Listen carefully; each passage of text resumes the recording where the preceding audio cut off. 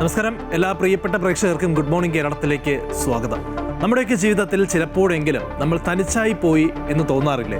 വേണ്ടപ്പെട്ടവർ കൈവിടുമ്പോൾ, ചില പരാജയങ്ങൾ നമ്മളെ വേട്ടയാടുമ്പോൾ, ഇനി മുന്നോട്ട് പോകാൻ വഴിയില്ല എന്ന് കരുതി നമ്മൾ പലപ്പോഴും തളർന്നിരിക്കാറുണ്ട്. മഹാഭാരതത്തിൽ ഈ നിരവധി യോദ്ധാക്കൾക്കിടയിൽ സൂര്യനെ പോലെ ജ്വലിച്ചു നിൽക്കുന്ന ഒരു പേരുണ്ട്, കർണൻ. ജനനം കൊണ്ട് അനാഥനാക്കപ്പെട്ടവൻ, ലോകത്താൽ നിരവധി തവണ പരിഹസിക്കപ്പെട്ടവൻ, പക്ഷേ തൻ്റെ ആത്മബലം കൊണ്ട് വിധിക്ക് പോലും തോൽപ്പിക്കാൻ കഴിയാത്തവനായി മാറിയവനാണ് കർണൻ. അർഹതയുള്ള അറിവിനായി കർണൻ അലഞ്ഞപ്പോൾ ജാതിയുടെയും കുലത്തിൻ്റെയും പേരിൽ ലോകം പലതവണ അദ്ദേഹത്തിന് മുന്നിൽ വാതിലുകൾ അടച്ചു. പക്ഷേ ആ അവഗണനകളെല്ലാം തൻ്റെ പോരാട്ട വീര്യത്തിനുള്ള ഇന്ധനമാക്കുകയാണ് കർണൻ ചെയ്തത്. ഒരിക്കൽ ഗുരുവിൻ്റെ ഉറക്കം തടസ്സപ്പെടുത്താതിരിക്കാൻ മാംസം തുളച്ചു കയറിയ വണ്ടിൻ്റെ കൊടിയ വേദനയെ നിശബ്ദമായി കർണൻ നേരിട്ടു. ആ സഹനശക്തി ഇന്നും ലോകത്തിന് അത്ഭുതമായി തന്നെ നിൽക്കുകയാണ്. മരണം മുന്നിൽ നിൽക്കുമ്പോഴും ചോരയൊലിപ്പിക്കുന്ന കൈകൾ കൊണ്ട് തൻ്റെ ജീവന്റെ കവചമായ കവചകുണ്ടലങ്ങൾ ദാനം ചെയ്ത ആ വലിയ മനസ്സ് നമ്മോട് പറയുന്നത് ഒരു പ്രധാനപ്പെട്ട കാര്യമാണ്. നിങ്ങളുടെ സാഹചര്യമല്ല, നിങ്ങളുടെ സന്നദ്ധതയാണ് നിങ്ങളെ മഹാനാക്കുന്നത്. നിങ്ങൾ ഇന്ന് നേരിടുന്ന അവഗണനകളോ തടസ്സങ്ങളോ കണ്ട് ഒരിക്കലും തളരരുത്. കർണനെ പോലെ നിങ്ങളെ തന്നെ സ്വയം വിശ്വസിക്കുക. ആർക്കും തകർക്കാൻ കഴിയാത്ത ആത്മവിശ്വാസത്തോടെ, ഒരു പുഞ്ചിരിയോടെ എല്ലാം നേരിടുക. ലക്ഷ്യബോധമുള്ളവന് മുന്നിൽ ലോകം വഴിമാറും എന്നതിന് കർണനേക്കാൾ വലിയ ഉദാഹരണമില്ല. ഓർക്കുക, വീഴുന്നതല്ല പരാജയം, വീണിടത്ത് തന്നെ കിടക്കുന്നതാണ് യഥാർത്ഥ തോൽവി. വിധി തോൽപ്പിച്ചാലും വിട്ടുകൊടുക്കാത്ത മനസ്സ്, അതാണ് നിങ്ങളുടെ ഏറ്റവും വലിയ വിജയം. ഇന്നത്തെ ഈ പ്രഭാതം നിങ്ങളുടെ പോരാട്ടത്തിൻ്റെതാകട്ടെ, വിജയത്തിൻ്റെതാകട്ടെ. ഈ വലിയ കരുത്തോടെ, ആത്മവിശ്വാസത്തോടെ നമുക്ക് ഇന്നത്തെ പ്രധാന വാർത്തകളിലേക്ക് കടക്കാം. ആദ്യം തലക്കെട്ട്.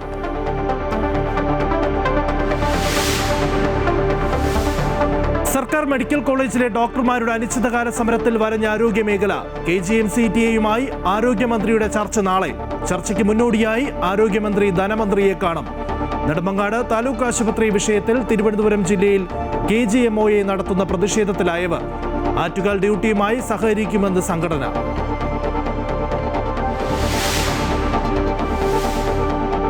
CPM തിരുവനന്തപുരം ജില്ലാ ഘടകത്തിൽ സ്ഥാനാർത്ഥി നിർണയ ചർച്ചകളിൽ തർക്കം. കഴക്കൂട്ടത്ത് കടകംപള്ളി സുരേന്ദ്രന്റെ സ്ഥാനാർത്ഥിത്വത്തിൽ വിയോജിപ്പ്.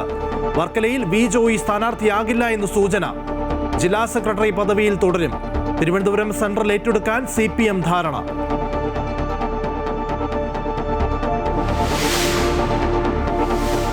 വിവാദമായ ദി കേരള സ്റ്റോറി 2 സിനിമയ്ക്ക് നൽകിയ സെൻസർ സർട്ടിഫിക്കറ്റ് റദ്ദാക്കണമെന്ന ഹർജി ഇന്ന് വീണ്ടും ഹൈക്കോടതിയിൽ.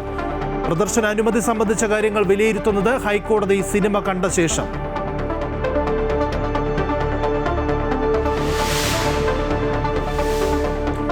രണ്ട് ദിവസത്തെ സന്ദർശനത്തിനായി പ്രധാനമന്ത്രി നരേന്ദ്രമോദി ഇന്ന് ഇസ്രായേലിൽ.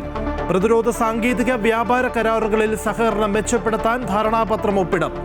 ഇസ്രായേൽ സേനയുടെ കരുത്തായ അയൺ ഡോം വാങ്ങുന്നതും ആലോചനയിൽ. നെതന്യാഹുവുമായി ഉച്ചയ്ക്ക് കൂടിയാഴ്ച. ഇസ്രായേൽ പാർലമെന്റിനെ പ്രധാനമന്ത്രി അഭിസംബോധന ചെയ്യും.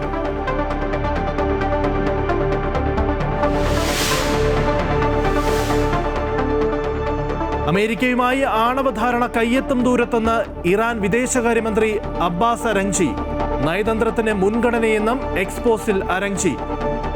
ഇറാൻ വിദേശകാര്യമന്ത്രിയുടെ പ്രസ്താവന നാളെ ജനീവയിൽ ഇറാൻ US മൂന്നാം വട്ട ആണവ ചർച്ച നടക്കാനിരിക്കെ അമേരിക്കൻ കോൺഗ്രസിനെ ട്രംപ് ഇന്ന് അഭിസംബോധന ചെയ്യും.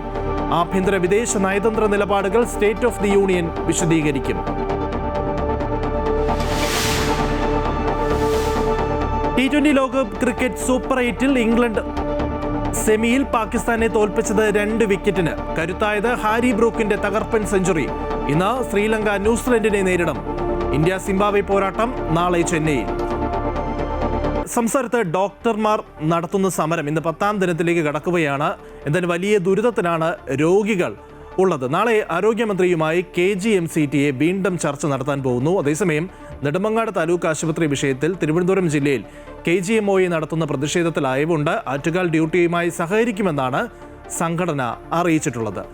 വിവരങ്ങളുമായി അൻഫ്ലിറ്റ് ചേരുകയാണ്. അൻഫ്ലിറ്റ്, ഗുഡ് മോർണിംഗ്. എന്തായാലും വലിയ ദുരിതമാണ് ഈ രോഗികൾ അനുഭവിക്കുന്നത്. സ്വാഭാവികമായും ഡോക്ടർമാർ അവരുടെ ആവശ്യങ്ങൾ മുന്നോട്ട് വയ്ക്കുന്നുണ്ട്. ആദ്യഘട്ട ചർച്ച പരാജയപ്പെടുന്നു. വീണ്ടും ഇതാ മറ്റൊരു ചർച്ചയ്ക്ക് ഒരുങ്ങുകയാണ്. എന്താണ് വിവരങ്ങൾ?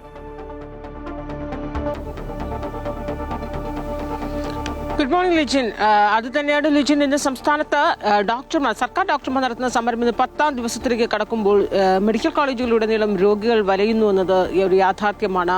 ആ ചിത്രം നമ്മൾ പുറത്തു കൊണ്ടുവന്നേ മതിയാവൂ. കാരണം 10 ദിവസമാണ് ഡോക്ടർമാരുടെ റിലേ സത്യാഗ്രഹ സമരം. സർക്കാർ ആശുപത്രിയിലെ ഡോക്ടർമാരെയാണ് തുടരുന്നത്. മാത്രമല്ല, അടിയന്തരമായ ശസ്ത്രക്രിയകൾ നിർത്തിവെച്ചിട്ടുള്ള പ്രതിഷേധം ഇന്ന് 7ാം ദിവസത്തിലേക്ക് കടക്കുകയാണ്. ഈ അടിയന്തരമായ ശസ്ത്രക്രിയകൾ മാത്രമാണ് നടത്തുന്നത്. അടിയന്തരമല്ലാത്തത് ഉൾപ്പെടെയുള്ള പലതും നിർത്തിവെച്ചിരിക്കുകയാണ്. അപ്പോൾ അത് ഈ സാധാരണക്കാർ ഈ ദൈനംദിനമായ ആശുപത്രി വരികയും നിരന്തരമുള്ള ചെക്കപ്പുകൾ, പരിശോധനകൾ, അതിനപ്പുറത്തേക്കുള്ള മറ്റ് കൺസൾട്ടൻസി അതൊക്കെ തന്നെയും വരുമ്പോൾ സാധാരണക്കാരായ രോഗികൾ അത് നമ്മൾ പല ദിവസങ്ങളിലായി ഇത് കാണിച്ചുകൊണ്ടേയിരിക്കുകയാണ്. കാരണം എല്ലായിടത്തും രോഗികൾക്ക് പറയാനുള്ളത് ഈ ഡോക്ടർമാരും സർക്കാരും തമ്മിലുള്ള സമരമോ അല്ലെങ്കിൽ അതിലെ പ്രതിഷേധമോ അവരുടെ ആവശ്യങ്ങളോ ഒക്കെ അവരുടെ ആവശ്യങ്ങൾക്ക് വേണ്ടി സമരം ചെയ്തുകൊട്ടെ. പക്ഷേ ഈ OP ബഹിഷ്കരണം ഉൾപ്പെടെയുള്ള മുതിർന്ന ഡോക്ടർമാരാണ്, സീനിയർ ഡോക്ടർമാരാണ് ഇത് 10 ദിവസമായി റിലേ സത്യാഗ്രഹ സമരത്തിലേക്ക് കടന്നിരിക്കുന്നത്.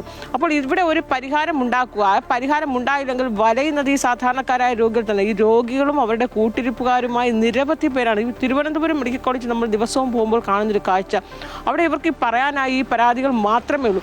ആ പ്രശ്നം, ഈ സാധാരണക്കാർ അഭിമുഖീകരിക്കുന്ന പ്രശ്നം ഒരു കാരണവശാലും ഈ 10 ദിവസം വരെയൊന്നും എന്തൊക്കെ സംഭവിച്ചാലും സർക്കാർ ഈ ഒരു 10 ദിവസം വരെ ഈ സമരം ഇങ്ങനെ നീട്ടിക്കൊണ്ടു പോകാൻ ഇട നൽകരുതായിരുന്നു. അതിനു മുമ്പ് തന്നെ പ്രശ്നം പരിഹരിക്കണമായിരുന്നു. എന്തായാലും കഴിഞ്ഞ ദിവസം ഈ ചർച്ച നിയമസഭ തീരുമ്പോഴത്തേക്കും ഈ KGM-CTA പ്രതിനിധികൾ ആരോഗ്യമന്ത്രിയും ധനമന്ത്രിയും വന്ന് കണ്ടിരുന്നു. അപ്പോഴൊക്കെ തന്നെ ഇവർ ആവശ്യപ്പെടുന്നത് 2016 മുതൽ ഇവരുടെ ശമ്പള പരിഷ്കരണ കുടിശ്ശിക 10 വർഷത്തെ കുടിശ്ശിക നൽകാനുള്ളൂ. അപ്പോൾ അത്രയും കുടിശ്ശിക നൽകാതെ ഇനി ഇവർ ഒരു ഇഞ്ച് പോലും മുന്നോട്ട് പോകില്ല എന്ന് പറയുന്നു. മാത്രമല്ല, അവരുടെ തസ്തികകൾ ആനുപാതികമായി വർദ്ധിപ്പിക്കണമെന്ന് ആവശ്യപ്പെടുകയാണ്. സർക്കാർ ഡോക്ടർമാരാണ്. നമുക്കറിയാം മെഡിക്കൽ കോളേജുകളിലൊക്കെ തന്നെയും രോഗികളുടെ എണ്ണം അറിയാം. അതിന് ആനുപാതികമായി അവരുടെ തസ്തികകൾ വർദ്ധിച്ചിട്ടില്ല. അതവർ നിരന്തരം ഉന്നയിക്കുന്ന ഒരു ആവശ്യമാണ്. ഇത് രണ്ടുമാണ് പ്രധാന ആവശ്യം. പക്ഷേ ഈ തസ്തികകൾ വർദ്ധിപ്പിക്കുക എന്ന് പറയുമ്പോഴും ഇവരുടെ ശമ്പള പരിഷ്കരണ കുടിശ്ശിക നൽകുക എന്ന് പറയുന്നതും സർക്കാരിനെ സംബന്ധിച്ച് വലിയൊരു സാമ്പത്തിക ബാധ്യതയാണ്. അതാണ് ധനമന്ത്രി വിശദീകരിച്ചു കൊണ്ടിരുന്നത്. അത് കാരണം തൽക്കാലം അത് ഉടനടി നടപ്പാക്കുക അസാധ്യമാണ് എന്ന വിശദീകരണത്തെ തുടർന്നാണ് അന്ന് ആ ചർച്ച 2 ദിവസം മുമ്പ് നടന്ന ചർച്ച പരാജയപ്പെട്ടു പോയത്. പിന്നെയും അവർ സമരം ശക്തമാക്കാൻ തുടങ്ങിയത്. പക്ഷേ ഇന്ന് വീണ്ടും ഒരു തീരുമാനം എടുത്തിരിക്കുന്നു. നാളെ ആരോഗ്യമന്ത്രി വീണ്ടും ഈ KGM-CTA പ്രതിനിധികളുമായി ചർച്ച നടന്നു. കാരണം സർക്കാരിനെ സംബന്ധിച്ചും ഈ ആരോഗ്യ മേഖല വലിയ രീതിയിൽ ദുരിതത്തിലായിരിക്കുകയാണ്. കാരണം പലയിടത്തും ആരോഗ്യ സംവിധാനങ്ങൾ ഈ അടിയന്തരമായ ശസ്ത്രക്രിയ നടക്കുന്നു എന്നതിനപ്പുറത്തേക്ക് മറ്റു പലയിടത്തും മുടങ്ങി കിടക്കുകയാണ്. അപ്പോൾ ഈ ആരോഗ്യ ചികിത്സാ സംവിധാനങ്ങൾ താറുമാറായിരിക്കുന്ന ഒരു സാഹചര്യമായതുകൊണ്ട് സർക്കാരും സമ്മർദ്ദത്തിൽ തന്നെയാണ്. പക്ഷേ ഈ സർക്കാർ പറയുന്നത്, ഈ ഡോക്ടർമാർ പറയുന്ന ആവശ്യമാണെങ്കിൽ പോലും ആ ആവശ്യം അതുപോലെ അംഗീകരിക്കാൻ പറ്റുന്ന ഒരു സാഹചര്യമല്ല എന്നാണ് പറയുന്നത്. എന്തായാലും ആരോഗ്യമന്ത്രി നാളെ വീണ്ടും ഈ KGM-CTA പ്രതിനിധികളുമായി ചർച്ച നടത്തുമ്പോൾ ഈ സാമ്പത്തികമായ പ്രതിസന്ധി ഇവരുന്നയിക്കുന്ന 2 ആവശ്യങ്ങളിലും തീരുമാനമെടുക്കേണ്ടത് ധനവകുപ്പാണ്. അതുകൊണ്ട് ഇന്ന് ആരോഗ്യമന്ത്രി ധനമന്ത്രിയുമായി ഒരു കൂടിക്കാഴ്ച നടത്തുമെന്നാണ് പറയുന്നത്. അങ്ങനെ നടത്തിയതിനു ശേഷം ആരോഗ്യമന്ത്രി ധനമന്ത്രി നമ്മളൊരു ധാരണയിലെത്തും. ആ ധാരണയിലെത്തിയതിനു ശേഷമായിരിക്കും ആരോഗ്യമന്ത്രി മാത്രമായി KGM-CTA പ്രതിനിധികളുമായി നാളെ കൂടിക്കാഴ്ച നടത്തുകയും അവരുടെ ആവശ്യങ്ങൾ ഒരു പരിധിവരെ ഇടപെടാൻ കഴിയുമെന്ന രീതിയിലൊരു വിശ്വാസമാണ് ഇപ്പോൾ ആരോഗ്യവകുപ്പ് പ്രകടിപ്പിക്കുന്നത്. അങ്ങനെയാണെങ്കിൽ ആ പ്രശ്നം ഒരുപക്ഷെ നാളത്തെ ചർച്ചയോടുകൂടി ഒരു പരിസമാപ്തി സമരത്തിന് ഉണ്ടാകുമെന്ന് തന്നെയാണ് പ്രതീക്ഷിക്കുന്നത്. കാരണം അത്രയേറെ ദുരിതത്തിലാണ് പല രോഗികൾ. ഈ OP, അതായത് PG ഡോക്ടർമാരുടെ OP ബഹിഷ്കരണമൊക്കെ അവർ അവസാനിപ്പിച്ചുവെങ്കിലും സീനിയർ ഡോക്ടർമാർ ഈ അനിശ്ചിതകാല സമരവുമായി മുന്നോട്ട് പോകുമ്പോൾ അത് രോഗികളുടെ നേരെ കണ്ണു തുറക്കേണ്ടത് സർക്കാരിൻ്റെ അത് കടമയാണ്. അത് സർക്കാർ ആ ഉത്തരവാദിത്വം നടത്തിയേ മതിയാകും.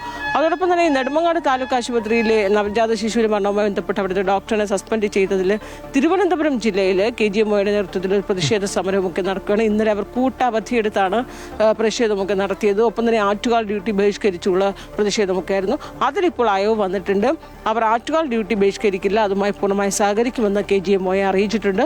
ഒപ്പം തന്നെ അവർ മുന്നോട്ട് വെക്കുന്നത് അവർ നടത്തുന്ന ആ പ്രതിഷേധം, അതായത് ആ നിസ്സഹകരണമെന്നതിൽ അയവ് വന്നെങ്കിൽ പോലും അവർ ഉന്നയിക്കുന്നത് ഈ ഡോക്ടറിനെ സസ്പെൻഡ് ചെയ്ത നടപടി പിൻവലിക്കുക. ഒപ്പം വന്ന പ്രതിഷേധത്തിൽ അവിടുത്തെ സൂപ്രണ്ടിന് പരിക്ക് പറ്റിയിട്ടുണ്ട്, ആശുപത്രി ജില്ലാ മെഡിക്കൽ ഓഫീസർക്ക് പരിക്ക് പറ്റിയിട്ടുണ്ട്. അവിടെ ഒരു അക്രമം നടന്നു.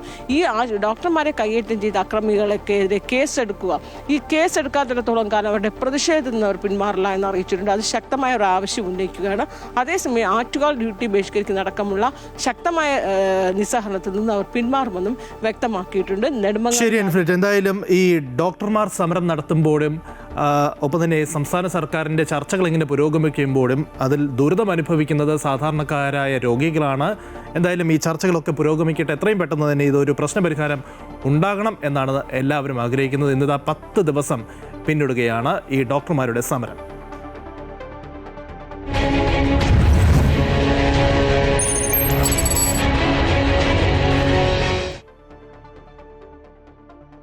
എന്തായാലും തെരഞ്ഞെടുപ്പ് കാലമാണ്, വലിയ പ്രതീക്ഷയിലാണ് എല്ലാ മുന്നണികളും. പ്രത്യേകിച്ച് CPM തിരുവനന്തപുരം ജില്ലാ ഘടകത്തിൽ സ്ഥാനാർത്ഥി നിർണയ ചർച്ചകൾ തുടങ്ങി. പക്ഷെ തർക്കം മുറുകുന്നു എന്നുള്ളതാണ്.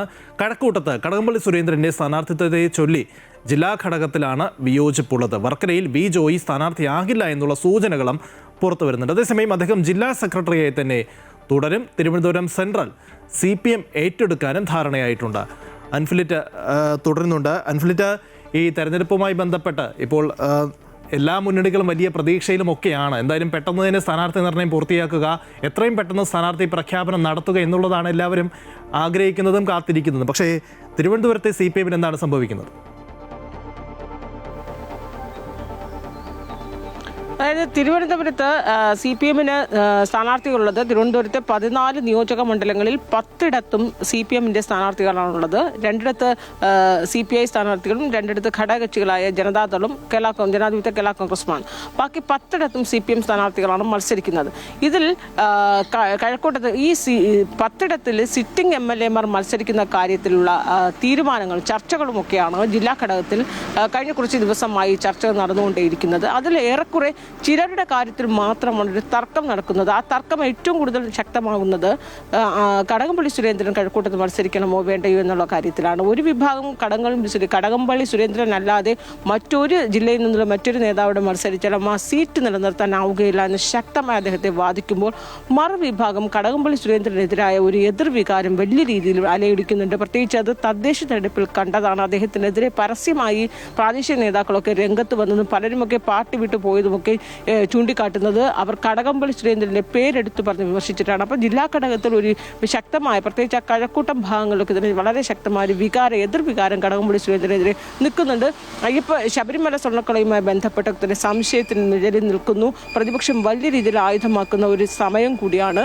അതുകൊണ്ട് ജില്ലയിൽ അവിടെ കഴക്കൂട്ടത്ത് അദ്ദേഹം വീണ്ടും ജനവിധി തേടുകയാണെങ്കിൽ അതൊരു പക്ഷേ തിരിച്ചടിയാകുമെന്നൊരു വിലയിരുത്തലാണ്. പ്രത്യേകിച്ച് പാർട്ടി ജില്ലാ ഘടകം പറയുന്നത് അത് കഴക്കൂട്ടം എന്ന് പറയുമ്പോൾ BJPക്ക് ഏറ്റവും കൂടുതൽ സ്വാധീനമുള്ള പ്രധാനപ്പെട്ട തിരുവനന്തപുരം ജില്ലയിലെ മണ്ഡലങ്ങളിൽ ഒന്നാണ് കഴക്കൂട്ടം.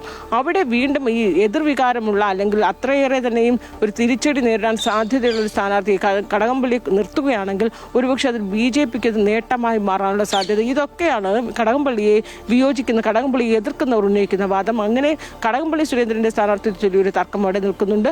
അതോടൊപ്പം വി ജോയി നേരത്തെ തന്നെ വർക്കലയിൽ അദ്ദേഹം വീണ്ടും ജനവിധി തേടുമെന്ന കാര്യത്തിൽ അദ്ദേഹത്തിന്റെ പേരായിരുന്നു ഉയർന്നു കേട്ടിരുന്നത്. പക്ഷേ വി ജോയി നിലവിൽ ജില്ലാ സെക്രട്ടറി ആയതിനാൽ അദ്ദേഹം വീണ്ടും മത്സരിക്കുകയാണെങ്കിൽ ജില്ലാ സെക്രട്ടറി പദം ഒഴിയേണ്ടി വരും. പകരം പല പേരുകളും DK മുരളി അടക്കമുള്ളവരുടെ പേരുകളൊക്കെ ഉയർന്നിരുന്നു. കാരണം DK മുരളി വാമനപുരത്ത് നിന്ന് ജനവിധി തേടേണ്ട, പകരം റഹീം ഉൾപ്പെടെയുള്ളവരുടെ പേരൊക്കെ ഇവിടെ ഉയർന്നു വന്നിരുന്നു. DK മുരളി ഇവിടെ ജില്ലാ സെക്രട്ടറിയെ തുടരട്ടെ എന്നൊക്കെ ഉണ്ടായിരുന്നു. പക്ഷേ അത് ജില്ലാ ഘടകത്തിൽ വീണ്ടും ആ പേരുകളൊക്കെ ഉയരുമ്പോൾ തർക്കം വീണ്ടും അവിടെ ഉയരുകയാണ്. അങ്ങനെയെങ്കിൽ തൽക്കാലം വി ജോയി ഒരുപക്ഷെ മത്സരിക്കാതെ ജില്ലാ സെക്രട്ടറി പദവി തുടരാനാണ് സാധ്യത.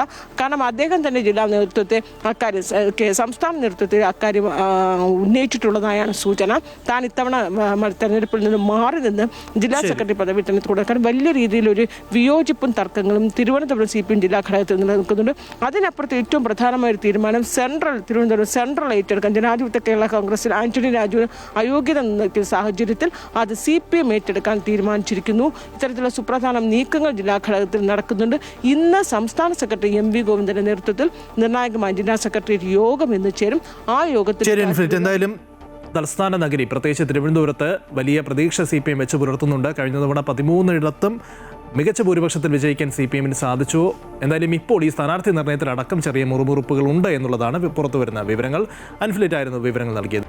തെരഞ്ഞെടുപ്പ് വാർത്തകളിലേക്കാണ്. കോട്ടയം ജില്ലയിലേക്ക് പോവുകയാണെങ്കിൽ പാലായിൽ BJP ഉപാധ്യക്ഷൻ അഡ്വക്കേറ്റ് ഷോൺ ജോർജ്, പൂഞ്ഞാറിൽ BJP ദേശീയ കൗൺസിൽ അംഗം PC ജോർജ് എന്നിവരാണ് BJPയുടെ സ്ഥാനാർത്ഥി സാധ്യതാ ലിസ്റ്റിലുള്ളത്.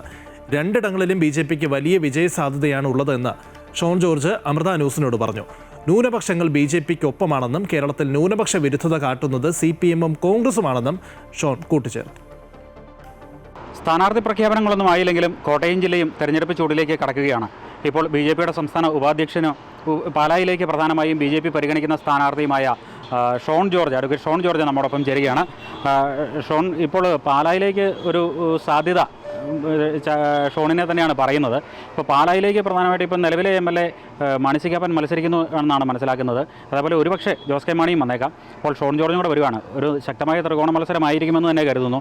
എങ്ങനെ കാണുന്നു പാലായിലെ ഒരു പോരാട്ടം എങ്ങനെയായിരിക്കുമെന്നാണ് വിചാരിക്കുന്നത്? ആരെയും നമ്മൾ നിസ്സാരമായി കാണില്ലല്ലോ. ഒരു തെരഞ്ഞെടുപ്പിനെയും നിസ്സാരമായി കാണരുത് എന്നുള്ളതാണ് ഞാൻ പഠിച്ചിട്ടുള്ള പാഠം. അതുകൊണ്ട് തന്നെ എല്ലാ തെരഞ്ഞെടുപ്പിനെയും ഗൗരവത്തോടു കൂടി കാണുകയും കൃത്യമായ സംഘടനാ സംവിധാനവും കൃത്യമായ പ്രവർത്തന രീതികളും ബി.ജെ.പിയുടെ എല്ലാ കാലത്തെയും വിജയം അതാണ്. പാലായിൽ ബഹുദൂരം തെരഞ്ഞെടുപ്പ് പ്രവർത്തന രംഗത്ത് മുമ്പോട്ട് പോകാൻ ബി.ജെ.പിക്ക് ദേശീയ ജനാധിപത്യ സഖ്യത്തിന് കഴിഞ്ഞിട്ടുണ്ട്.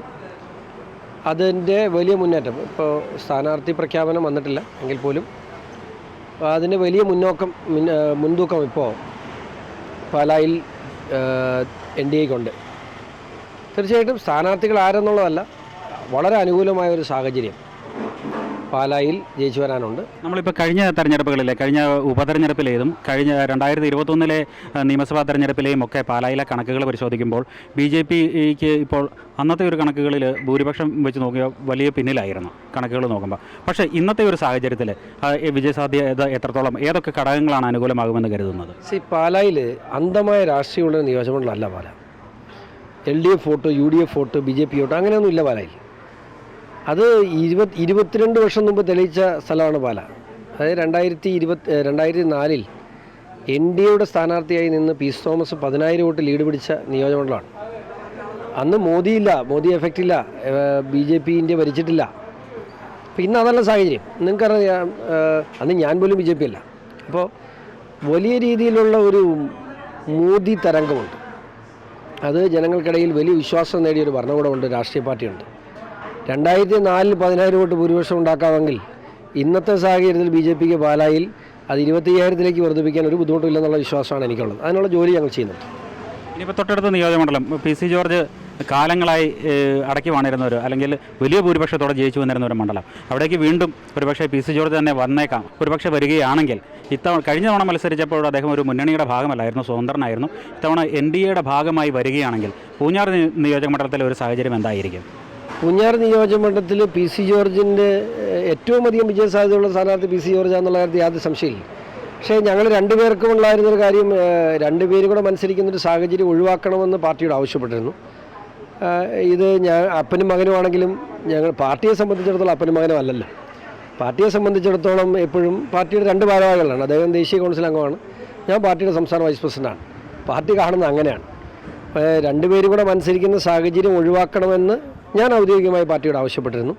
പപ്പായുടെ അഭിപ്രായം അതായിരുന്നു. ഇനി പാർട്ടി എന്തു പറയും അതനുസരിക്കാൻ ഞങ്ങൾ രണ്ടുപേരും ബാധ്യസ്ഥരാണ്. ന്യൂനപക്ഷങ്ങളെ എത്തരത്തിൽ കൂടെ നിർത്താമെന്നാണ് BJP ഈ നിയമസഭാ തെരഞ്ഞെടുപ്പിൽ കാണുന്നത്. ഈ നോർത്ത് ഇന്ത്യയിൽ ഉണ്ടാകുന്ന ഏകപക്ഷീയമായ ചെറിയ ചെറിയ സംഭവങ്ങളെ ഊതിപ്പെരിപ്പിച്ച് കേരളത്തിൽ അവതരിപ്പിക്കുന്ന ഒഴിച്ചാൽ കേരളത്തിലാണ് യഥാർത്ഥ ന്യൂനപക്ഷ പീഡനം നടക്കുന്നത്. ഇവിടെ ന്യൂനപക്ഷ സ്കോളർഷിപ്പ് ഉൾപ്പെടെയുള്ള അനുപാതങ്ങൾ പരിശോധിച്ച് നോക്കിയത് 80-20 എന്നുള്ള അനുപാതത്തിൽ ഇവിടെ ന്യൂനപക്ഷ സ്കോളർഷിപ്പും മറ്റു കാര്യങ്ങളും വിതരണം ചെയ്തപ്പോൾ അതിനെതിരെ കോടതി ഇടപെട്ട് അതിൽ വിധിയുണ്ടായപ്പോൾ അതിന് അപ്പീൽ കൊടുത്താരാ? ഇടതുപക്ഷ ഗവൺമെൻറ്റാണ്. അപ്പോൾ യഥാർത്ഥത്തിൽ ന്യൂനപക്ഷങ്ങളെ പർപ്പസ്ഫുള്ളി പീഡിപ്പിക്കുന്ന ആരാണ്? അതിന് കൂട്ടുനിന്നാണ് ആരാണ്? കോൺഗ്രസ്സാണ്. ഇവിടുത്തെ JB കോശി കമ്മീഷൻ എവിടെ പോയി? JB കോശി കമ്മീഷൻ റിപ്പോർട്ട് എന്തുകൊണ്ട് പുറത്തു വിടുന്നില്ല? പുറത്ത് വിട്ടിട്ട് അതിനകത്ത് ദോഷകരമായ എന്തുകൊണ്ടോ നമുക്ക് ചർച്ച ചെയ്യാം. അപ്പോൾ നേരെ മറിച്ച് പാലോളി കമ്മീഷൻ റിപ്പോർട്ട് നടപ്പിലാക്കാൻ 28 ദിവസം കൊണ്ട് നടപ്പിലാക്കി ഇടതുപക്ഷ ജനാധിപത്യ മുന്നണിയുടെ ഗവൺമെൻറ്റാണ് ഇവിടെ ഇരിക്കുന്നത്. യഥാർത്ഥത്തിൽ ന്യൂനപക്ഷങ്ങളെ ഇവിടെ പീഡിപ്പിക്കുന്നത് കേരളത്തിൽ കോൺഗ്രസും കമ്മ്യൂണിസ്റ്റ് പാർട്ടിയുമാണ്. അതിൽ നിന്നും ശ്രദ്ധ തിരിക്കാൻ വളരെ പർപ്പസ്ഫുള്ളി എവിടെയെങ്കിലും നോർത്ത് ഇന്ത്യയിലെ ഇഷ്യൂസ് പൊക്കിക്കൊണ്ടുവരും. 6 വിഭാഗങ്ങളാണ് മൈനോറിറ്റി ആയിട്ടുള്ളത്: ക്രിസ്ത്യൻ, ബുദ്ധ, ജെയിന്, സിഖ്, പാഴ്സി, മുസ്ലിം. അതിൽ 5 വിഭാഗങ്ങൾ കൂടി 5% താഴെയാണ്. ഒരു വിഭാഗം 17%. അപ്പോൾ ഇത് രണ്ടും കൂടി 22% മൈനോറിറ്റി എന്ന് പറയുന്നത്. അപ്പം ആ 5 വിഭാഗങ്ങൾ പ്രത്യേകമായി പരിഗണന അറിയിക്കുന്നു. മൈക്രോ മൈനോറിറ്റിയായി, അതിസൂക്ഷ്മ ന്യൂനപക്ഷമായി പരിഗണിക്കേണ്ടവരാണ്. ഇന്നലെ മന്ത്രി അത് പ്രഖ്യാപിച്ചു. വെച്ചാൽ പരിഗണിക്കുമെന്ന് അദ്ദേഹം പറഞ്ഞിട്ടാണ് പോയത്. അപ്പോൾ കഴിഞ്ഞ കാലങ്ങളിൽ ഇവിടുത്തെ ക്രൈസ്തവ സമൂഹം ഉൾപ്പെടെ വിശ്വസിച്ചിരുന്ന കോൺഗ്രസ് ചെയ്യാത്ത ഒത്തിരി കാര്യങ്ങൾ അവർക്ക് വേണ്ടി ചെയ്തു കൊടുക്കാൻ, ന്യൂനപക്ഷം എന്ന നിലയിൽ ചെയ്തു കൊടുക്കാൻ ഞങ്ങൾക്ക് കഴിയുന്നുണ്ട്. അപ്പോൾ ഏതായാലും ന്യൂനപക്ഷങ്ങളുടെ ഒരു വലിയ എതിർപ്പൊന്നും പഴയതുപോലെ ഇപ്പോൾ BJPക്ക് ഇല്ല, അല്ലെങ്കിൽ ക്രൈസ്തവ സഭകളുടെ ഭാഗത്തുനിന്നും വലിയ എതിർപ്പൊന്നുമില്ല. അവരെ ബോധ്യപ്പെടുത്താൻ കഴിഞ്ഞിട്ടുണ്ട്, അവരെ വിശ്വാസത്തിലെടുക്കാൻ കഴിഞ്ഞിട്ടുണ്ട് എന്ന് തന്നെയാണ് BJPയുടെ സംസ്ഥാന ഉപാധ്യക്ഷനായ അഡ്വക്കേറ്റ് ഷോൺ ജോർജ് വ്യക്തമാക്കുന്നത്. പാലായിലും പൂഞ്ഞാറിലും ആരൊക്കെ സ്ഥാനാർത്ഥിയെ വന്നാലും ഒരുപക്ഷെ ഇപ്പോൾ പരിഗണിക്കുന്നത് അഡ്വക്കേറ്റ് ഷോൺ ജോർജിനെയും ഒപ്പം PC ജോർജിനെയും ആണെങ്കിലും ഇനി മറ്റാരെങ്കിലും വന്നാലും ഇവിടെയൊന്നും സഭകളുടെ ഭാഗത്തുനിന്നും വലിയ എതിർപ്പൊന്നും BJPക്ക് നേരിടേണ്ടി വരില്ല എന്ന് തന്നെയാണ് അദ്ദേഹം വ്യക്തമാക്കുന്നത്. ക്യാമറമാൻ യുദ്ധകൃഷ്ണനൊപ്പം പ്രശാന്ത് ജോസഫ്, അമൃത ന്യൂസ്. എന്നാലും PC ജോർജും ഷോൺ ജോർജും തികഞ്ഞ ആത്മവിശ്വാസത്തിലാണ്.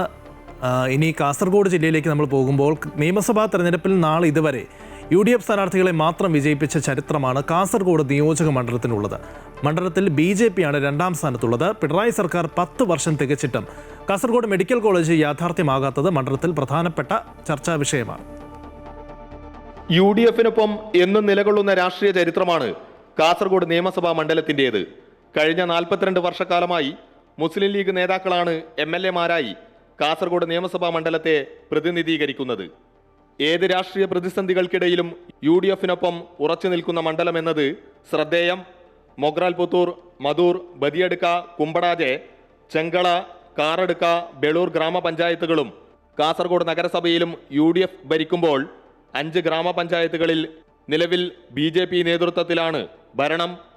മണ്ഡലത്തിലെ തദ്ദേശ സ്ഥാപനങ്ങളിൽ BJP മേൽക്കൈ പുലർത്തുന്നുണ്ടെങ്കിലും മൊത്തം കണക്കുകൾ പ്രകാരം BJPയേക്കാൾ 25,000 വോട്ട് അധികമുണ്ടെന്നത് UDFന് കരുത്തും ആത്മവിശ്വാസവും പകരുന്നതായി നേതാക്കൾ സൂചിപ്പിക്കുന്നു. കഴിഞ്ഞ 15 വർഷക്കാലമായി മുസ്ലിം ലീഗിലെ NA നെല്ലിക്കുന്നാണ് മണ്ഡലത്തെ പ്രതിനിധീകരിക്കുന്നത്. വികസന പ്രവർത്തനങ്ങളെക്കുറിച്ച് ചോദിച്ചപ്പോൾ കാസർഗോഡിന് ശാപമായിരുന്ന ഉപ്പുവെള്ള പ്രശ്നം പരിഹരിച്ചെന്നും ഉക്കിനടുക്കയിലെ മെഡിക്കൽ കോളേജ് നിർമ്മാണം പൂർത്തീകരിക്കാത്തത് ഖേദകരമെന്നും MLA പറഞ്ഞു. 2011 UDFൻ്റെ സ്ഥാനാർത്ഥിയായി ആദ്യമായി തെരഞ്ഞെടുപ്പിൽ മത്സരിച്ചത്. ആ സമയത്ത് ഈ കാസർകോട്ടെ ജനങ്ങളെ വളരെ രൂക്ഷമായി തുറിച്ച് നോക്കിയിരുന്ന ഒരു പ്രശ്നമെന്നത് എല്ലാ വേനൽക്കാലത്തും ഉപ്പുവെള്ളം കുടിക്കേണ്ട ഒരു ഗതികേട് കാസർകോട്ടുകാർക്കുണ്ടായിരുന്നു. അന്ന് ഈ മുളിയാറിലെ ബാവിക്കരയിൽ നിന്ന് കാസർഗോഡ് നഗരത്തിലും അതുപോലെ തന്നെ പ്രാന്തപ്രദേശങ്ങളിലേക്ക് കുടിവെള്ളം വന്നിരുന്നത്. ആ കുടിവെള്ളത്തിൽ ഈ വേനൽക്കാലമായാൽ ഉപ്പ് രസമുണ്ടാവും. അത് ഒരു ശാപമായിരുന്നു വർഷങ്ങളോളം. അപ്പോൾ ഞാൻ ജനങ്ങൾക്ക് നൽകിയ ഒരു വാഗ്ദാനമായിരുന്നു, ഞാൻ തിരഞ്ഞെടുക്കപ്പെട്ടാൽ ആ ഉപ്പുവെള്ളം കുടിക്കേണ്ട ഒരു ഗതികേട് കാസർകോട്ടുകാർക്ക് ഉണ്ടാവുകയില്ല എന്ന്. അപ്പോൾ ഞാൻ വാക്ക് നൽകി. ആ വാക്ക് എനിക്ക് ഏറെ താമസിക്കുന്നതിന് മുമ്പ്, ഏറെ വൈകുന്നതിന് മുമ്പ് ആ വാക്ക് പാലിക്കാൻ സാധിച്ചു എന്ന്. ഇന്നിപ്പോൾ ഉപ്പുവെള്ളത്തെക്കുറിച്ച് കാസർകോട്ടെ ജനങ്ങൾ മറിഞ്ഞിരിക്കുന്നു. ഉപ്പുവെള്ളം എന്ന് പറഞ്ഞാൽ തന്നെ കാസർകോട്ടെ ജനങ്ങൾക്ക് അത് എന്താണ് എന്നറിയില്ല. അപ്പോൾ ഒരു അവസ്ഥ ഉണ്ടാക്കാൻ സാധിച്ചു. അപ്പോൾ അത് ഏറ്റവും വലിയ ഒരു നേട്ടമായി ഞാൻ കരുതുന്നു. അത് നിങ്ങൾ പറയുന്നതിന് മുമ്പ് തന്നെ ഞാൻ പറയാൻ വിചാരിച്ച കാര്യമാണ്. മെഡിക്കൽ കോളേജ് 2013 അന്ന് ഞാൻ ആദ്യമായി MLA അവസരമായിരുന്നു. മുഖ്യമന്ത്രി ഉമ്മൻചാണ്ടിയാണ് തറക്കല്ലിട്ടത്. ആ കോളേജിൻ്റെ നിർമ്മാണം ഇതുവരെ പൂർത്തീകരിക്കാൻ സാധിച്ചിട്ടില്ല. അതിലെനിക്ക് ഖേദമുണ്ട്. ഒരുപാട് ഇൻ്റർവെൻഷൻ, ഒരുപാട് ഇടപെടലുകൾ ഞാൻ അസംബ്ലിക്ക് അകത്തും പുറത്തും നടത്തിയിട്ടുണ്ട്. ഏത് അസംബ്ലി സമ്മേളനത്തിൻ്റെ റെക്കോർഡ് നിങ്ങൾ പരിശോധിച്ച് നോക്കിയാലും കാസർഗോഡിൻ്റെ MLA എന്ന നിലയിൽ ഞാൻ മെഡിക്കൽ കോളേജിന് വേണ്ടി നടത്തിയിട്ടുള്ള പോരാട്ടം, അതുപോലെ തന്നെ ഇടപെടൽ നിങ്ങൾക്ക് കാണാൻ സാധിക്കും. എന്തുകൊണ്ടോ നമ്മുടെ സർക്കാരിൻ്റെ ഭാഗത്തു നിന്ന് ഒരു അനുകൂലമായ നടപടി ആ കാര്യത്തിൽ ഉണ്ടായിട്ടില്ല. ആരോഗ്യ വകുപ്പ് മന്ത്രി ഏത് ചോദ്യം ചോദിച്ചാലും, സബ്മിഷൻ ഉന്നയിച്ചാലും, ശ്രദ്ധ ക്ഷണിക്കൽ ഉന്നയിച്ചാലും വളരെ സന്തോഷിപ്പിക്കുന്ന മറുപടി തരുമെന്നല്ലാതെ ആ സന്തോഷം ഈ പ്രാവർത്തികമാകുന്നില്ല. നല്ല മറുപടി തരും, തീർച്ചയായും അത് പരിഗണിക്കാം, ഉടൻ വേണ്ടുന്നത് ചെയ്യാമെന്ന് പറയും. പക്ഷെ അത് ചെയ്യാറില്ല. BJP തുടർച്ചയായി 2ാം സ്ഥാനത്ത് നിൽക്കുന്ന മണ്ഡലത്തിൽ 2021 നടന്ന തെരഞ്ഞെടുപ്പിൽ 35% വോട്ടുകൾ ലഭിച്ചിരുന്നു. കാസർഗോഡ് മണ്ഡലത്തിൽ NDAയുടെ പ്രതീക്ഷകൾ ഉയർന്നു വരികയാണെന്നും മുസ്ലിം ലീഗിന്റെ MLA-മാർ തുടർച്ചയായി പ്രതിനിധീകരിക്കുന്ന മണ്ഡലത്തിൽ യാതൊരു വികസനവും കാണാനില്ലെന്നും BJP ജില്ലാ പ്രസിഡന്റ് ML അശ്വിനി പ്രതികരിച്ചു. കഴിഞ്ഞ കുറേ കാലഘട്ടമായിട്ട് ഇവിടെ മുസ്ലിം ലീഗിൻ്റെ MLA ആണ് ഇവിടെ MLA ആയിട്ടുള്ളത്. അപ്പോൾ അങ്ങനെ നിരന്തരമായിട്ട് മുസ്ലിം ലീഗിൻ്റെ MLA ആയിട്ടും പോലും കണ്ടിന്യൂഷൻ ഒരു ഡെവലപ്മെൻറ്റ്സ് ഇവിടെ കാണാൻ സാധിക്കാത്ത ഒരു മണ്ഡലമാണ് കാസർഗോഡ് മണ്ഡലം. മണ്ഡലത്തിൽ നോക്കുമ്പോൾ നമുക്ക് ഇവിടെ ഹോസ്പിറ്റാലിറ്റി ഇല്ല. നമുക്കിവിടെ പേഷ്യൻസുകൾ ഇവിടെ എവറി ഡേ കഷ്ടപ്പെടുന്ന സാഹചര്യമാണ് നമ്മൾ കാണുന്നത്. കാസർഗോഡ് ജനറൽ ഹോസ്പിറ്റലിൽ ഒരു പേർക്കാണ് ജനറൽ ഹോസ്പിറ്റൽ ഇവിടെ ഉള്ളത്. എവറി ഡേ ജനങ്ങളെ വിളിയും കർച്ചലും നമുക്ക് കാണുന്നുള്ളതാണ്. അപ്പോൾ ഫസ്റ്റ് നമുക്കിവിടെ മെഡിക്കൽ സിസ്റ്റം ഇല്ല. അതേപോലെ ഉക്കിനടക്കം മെഡിക്കൽ കോളേജസ് പേർക്ക് മാത്രമാണ് മെഡിക്കൽ കോളേജ് ഉള്ളത്. അത് വേണ്ട രീതിയിൽ ഫണ്ടുകൾ കൊണ്ടുവന്നിട്ടായിട്ട് അത് നല്ല രീതിയിൽ ഇവിടെ കൊണ്ടുപോകുന്ന സാഹചര്യങ്ങൾ ഇവിടെ മെഡിക്കൽ കോളേജ് ഉക്കിനടക്കം മെഡിക്കൽ കോളേജിലില്ല. അതേപോലെ എഡ്യൂക്കേഷൻ സിസ്റ്റം ഇവിടുന്ന് കുട്ടികൾ നല്ല ആയിട്ടുള്ള എഡ്യൂക്കേഷൻ സിസ്റ്റം കിട്ടുന്നില്ല എന്ന് പറഞ്ഞിട്ടായിട്ട് കുട്ടികൾ ഇവിടുന്ന് മൈഗ്രേറ്റ് ആയി പോകുന്നുള്ളത് വേറെ സ്ഥലത്തേക്ക്. മുസ്ലിം ലീഗിൽ സീറ്റ് നിർണയ ചർച്ചകൾ പുരോഗമിക്കവേ ലീഗ് ജില്ലാ പ്രസിഡന്റ് കലക്ടർ മാഹിൻ ഹാജി, നിലവിലെ MLA NA നെല്ലിക്കുന്ന് എന്നീ നേതാക്കളുടെ പേരുകൾ മണ്ഡലത്തിലേക്ക് പരിഗണനയിലുണ്ട്. അതേസമയം കോൺഗ്രസ് വിട്ട് ഇടത് സ്വതന്ത്രനായി മത്സരിച്ച് കഴിഞ്ഞ തവണ കാസർഗോഡ് ജില്ലാ പഞ്ചായത്ത് വൈസ് പ്രസിഡന്റായിരുന്ന ഷാനവാസ് പാദൂരിനെ LDF കളത്തിലിറക്കിയാൽ അത് UDFന് കനത്ത വെല്ലുവിളി ഉയർത്തുമെന്നാണ് കണക്കുകൂട്ടലുകൾ. UDFന്റെ അടിയുറച്ച മണ്ഡലം എന്നതാണ് കാസർഗോഡിൻ്റെ രാഷ്ട്രീയ ചരിത്രം. പക്ഷേ വെല്ലുവിളികൾ ഉയർന്നു വരികയാണ്. LDF സ്വതന്ത്രനായി കോൺഗ്രസ് വിട്ട് LDFനൊപ്പം ചേർന്ന ഷാനവാസ് പാദൂരിനെ കളത്തിലിറക്കിയാൽ അത് UDFന് കനത്ത വെല്ലുവിളിയാകും. വോട്ടുകൾ ഗതിമാറി ഒഴുകുന്ന പുഴ പോലെയാകും. കാസർഗോഡ് നിന്നും ക്യാമറമാൻ സതീഷ് ഉദുമയ്ക്കൊപ്പം അനൂപ് നീലേശ്വരം, അമൃത ന്യൂസ്. വിവാദ സിനിമ കേരള സ്റ്റോറി 2 ഇന്ന് ഹൈക്കോടതി കാണും. സിനിമ കണ്ട് പ്രദർശന അനുമതി സംബന്ധിച്ച കാര്യങ്ങൾ വിലയിരുത്താമെന്നാണ് കോടതി കഴിഞ്ഞ ദിവസം വ്യക്തമാക്കിയത്. സിനിമ കേരളത്തെ മോശമായി ചിത്രീകരിക്കുന്നതാണെന്ന് ആരോപിച്ച് നൽകിയ ഹർജി പരിഗണിക്കുമ്പോഴാണ് സിനിമ കാണാൻ കോടതി തയ്യാറായത്. സിനിമയുടെ ടീസർ നീക്കം ചെയ്യാമെന്ന് നിർമ്മാതാക്കൾ കോടതിയെ അറിയിച്ചിരുന്നു. കിരൺ ചേരുകയാണ്. Kiran, good morning. എന്തായാലും ഈ കേരളത്തെ വർഗീയതയുടെ നാടൊക്കെയാക്കി മാറ്റുന്നു, മതപരിവർത്തനത്തിൻ്റെ നാടാക്കി മാറ്റുന്നു എന്നാണ് പ്രധാനമായും ഹർജിക്കാരൻ ഉന്നയിക്കുന്ന ആക്ഷേപം, അല്ലെങ്കിൽ ഹർജിക്കാരൻ ഉന്നയിക്കുന്ന കാര്യം. മാത്രമല്ല, കഴിഞ്ഞ ദിവസം കോടതി പറഞ്ഞതാണ് ഉള്ളടക്കം കണ്ടതിന് ശേഷം തീരുമാനിക്കാം എന്നുള്ളൊരു നിലപാടിലേക്ക് എത്തുന്നു. അങ്ങനെയാണെങ്കിൽ ഈ ഹർജിക്കാരൻ ഉന്നയിച്ചതുപോലെയുള്ള കാര്യങ്ങൾ വരികയാണെങ്കിൽ സെൻസർ സർട്ടിഫിക്കറ്റ് നിർത്തലാക്കുന്നതുമായി ബന്ധപ്പെട്ടുള്ള കാര്യങ്ങളിലേക്ക് കടക്കുമെന്നാണോ പ്രതീക്ഷിക്കേണ്ടത്?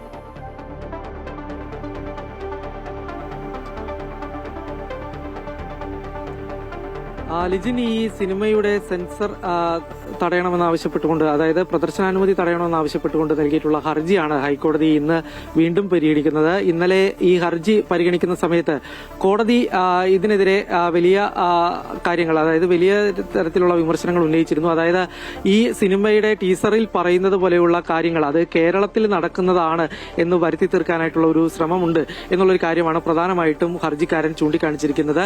കേരളത്തിന്റെ മതേതര മൂല്യങ്ങളെ തകർക്കുന്നതാണ് സിനിമയുടെ ഉള്ളടക്കം എന്നടക്കമുള്ള ആരോപണങ്ങൾ ഈ ഹർജിക്കാർ ഉന്നയിച്ചിരുന്നു. ഈ ഒരു സാഹചര്യത്തിൽ തന്നെയാണ് ഈ സിനിമ നേരിട്ട് കണ്ടതിന് ശേഷം ഇതിന്റെ ഉള്ളടക്കം സംബന്ധിച്ചുള്ള കാര്യങ്ങളിലേക്ക് തീരുമാനമെടുക്കാം എന്നുള്ളൊരു കാര്യം നേരത്തെ ഹൈക്കോടതി അറിയിച്ചിരിക്കുന്നത്.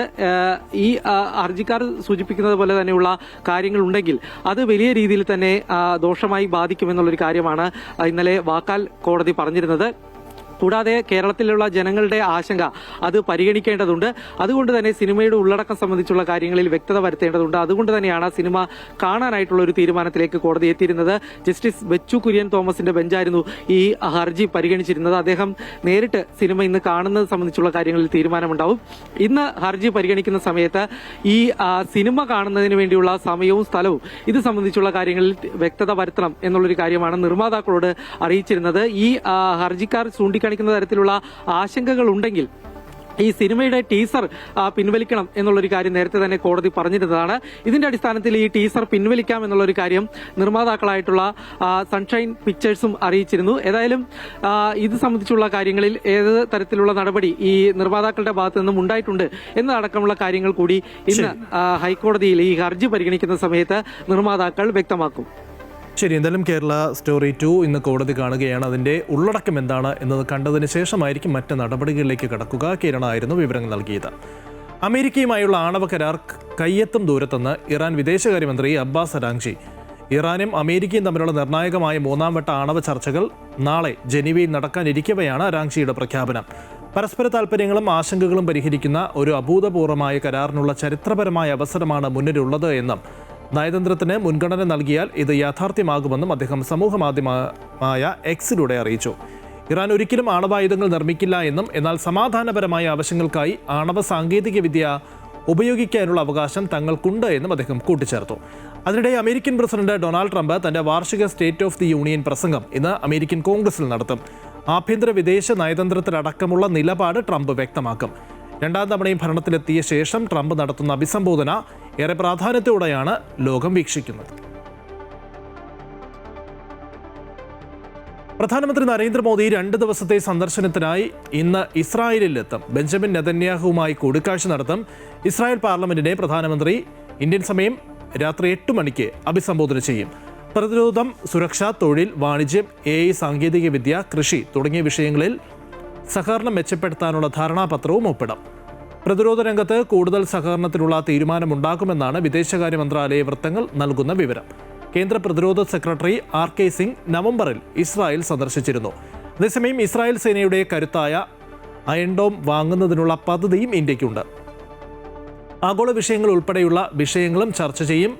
2017 നരേന്ദ്രമോദി ഇസ്രായേൽ സന്ദർശിച്ചത്.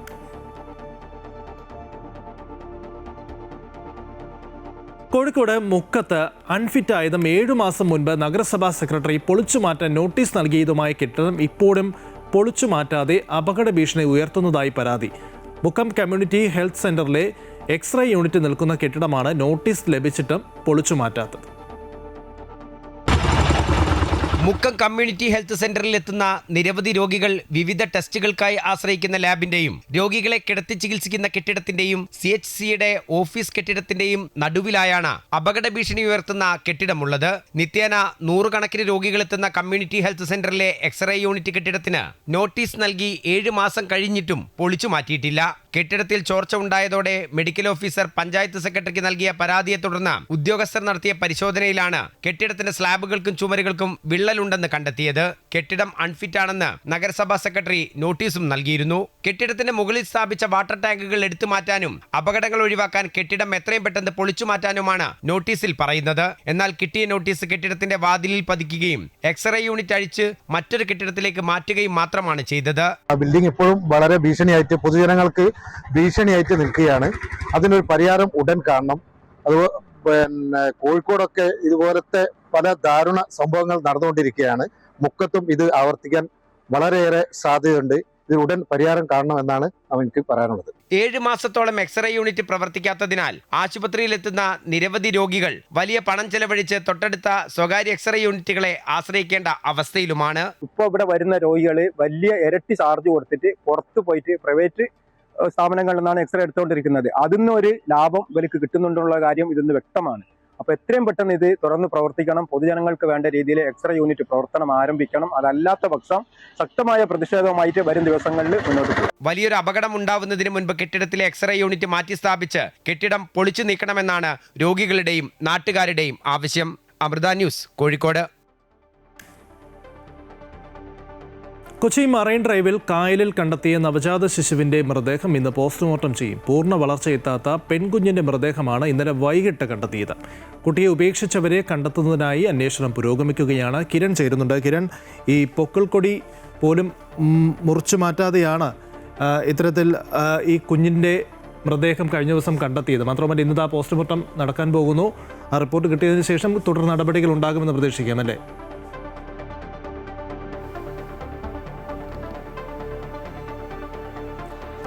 ലിജിൻ, ഇന്നലെ വൈകിട്ട് 4 മണിയോടെയാണ് ഈ മറൈൻ ഡ്രൈവ് വാക്ക്വേക്ക് സമീപമുള്ള പാലത്തിന് താഴെ കായലിൽ ഈ ഇത്തരത്തിലൊരു കുഞ്ഞിന്റെ മൃതദേഹം കണ്ടെത്തിയത്.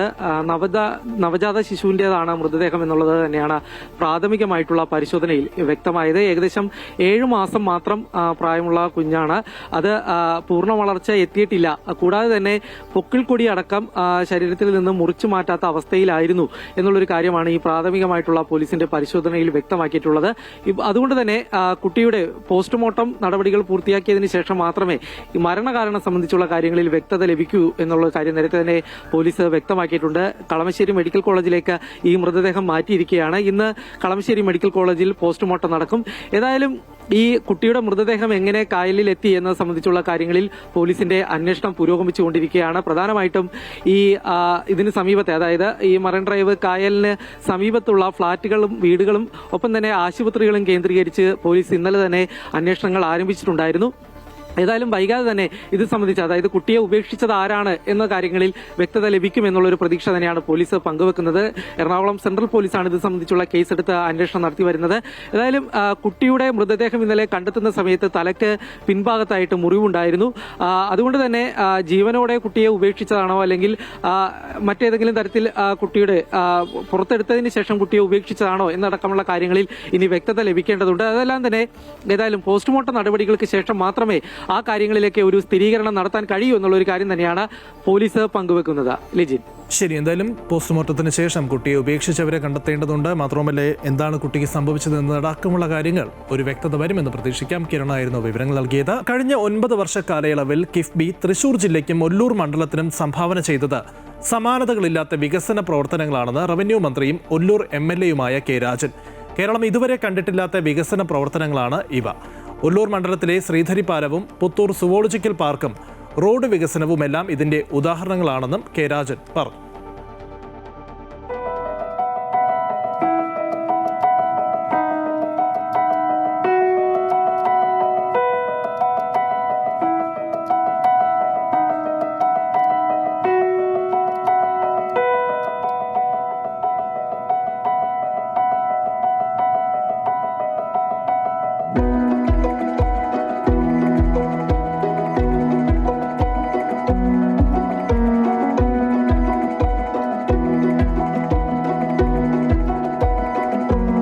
തൃശൂരിലെ ഏറ്റവും വലിയ ടൂറിസം കേന്ദ്രമായി മാറാൻ പോകുന്ന പുത്തൂർ സുവോളജിക്കൽ പാർക്കിന്റെ വികസനം എടുത്തു പറയേണ്ട വികസന പ്രവർത്തനമാണെന്ന് മന്ത്രി പറയുന്നു.